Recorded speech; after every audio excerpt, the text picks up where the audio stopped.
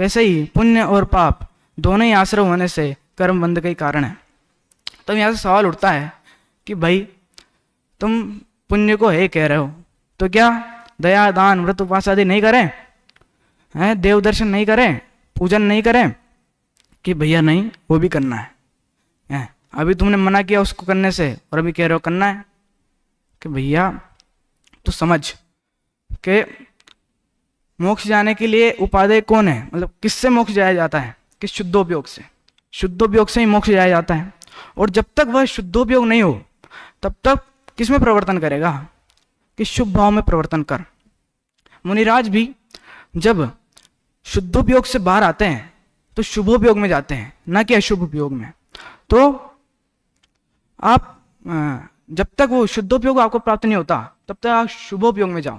इष्टोपदेश का तीसरा ही छंद, छाया तपस्तयोर भेदा, कि तुम्हें शुद्धोपयोग का इंतजार करना है तो तुम्हारे पास विकल्प है, या तो तुम शुभोपयोग में जाओ या अशुभ उपयोग में, या तुम छांव में खड़े हो जाओ या धूप में खड़े हो जाओ। किस में खड़ा होना पसंद करोगे?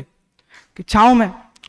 छांव में मतलब शुभोपयोग से हमको जो शुद्धोपयोग है उसमें जाने के अपने चांसेस ज़्यादा हैं, और जो अशुभ उपयोग है वो तो नीच गति में आपको जाके छोड़ेगा, तो वो तो करना ही नहीं चाहिए।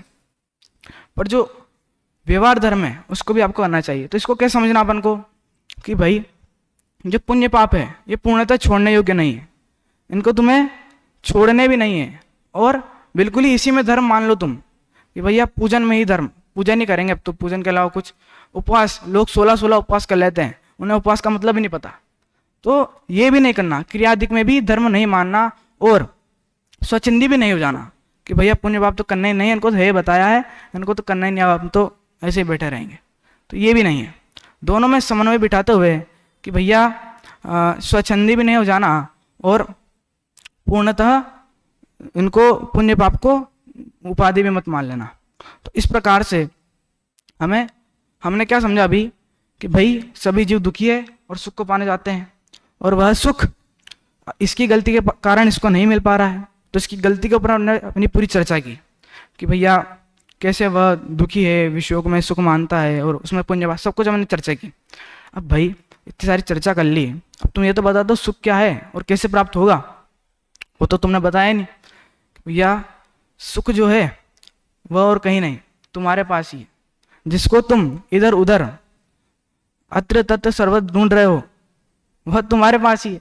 स्वतंत्र प्रकाश जी भाई साहब क्या उदाहरण देते हैं कि शक्कर को तुम शक्कर के डब्बे के अलावा सब जगह ढूंढ रहे हो, आटे के डब्बे में ढूंढ रहे हो, नमक के डब्बे में ढूंढ रहे हो, कहाँ मिलेगा तुम्हें?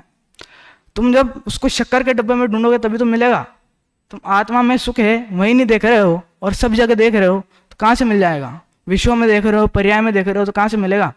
जब अपनी तरफ देखोगे तो तुम्हें सुख की प्राप्ति अवश्य ही होगी। तो इस प्रकार से हमको देखना है कि जो पुण्य भाव भी हमें करने हैं, जो व्यवहार धर्म जिसको कहा है, ऐसे शुभ क्रियादिक भी हमें करना है, तो किसके लिए करना है? कि एकमात्र शुद्धोपयोग रूप धर्म के लिए करना है। उसी के लिए हमको जिन दर्शन कर निज दर्शन पा, जिन दर्शन भी करना है तो किसके लिए? निज दर्शन के लिए। तो इस प्रकार से जो शुभ क्रियाएं और जो शुभ भाव है ये भी हमें शुद्धोपयोग रूप धर्म, मेन उद्देश्य हमारा वही है, उसके लिए ही अपन को करना है।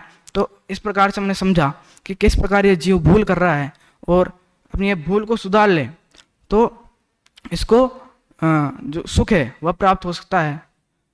इस प्रकार से आत्म स्वरूप में रमण करने से, आत्म स्वरूप की ओर, आत्मा सुख स्वरूपी हो ऐसा देखने से ही अपन को सुख प्रकट हो जाएगा। इस प्रकार से हम भी आत्म स्वरूप की ओर उन्मुख हो और सच्चे सुख को प्राप्त करें। इसी मंगल भावना के साथ अपनी वाणी को विराम देता हूँ।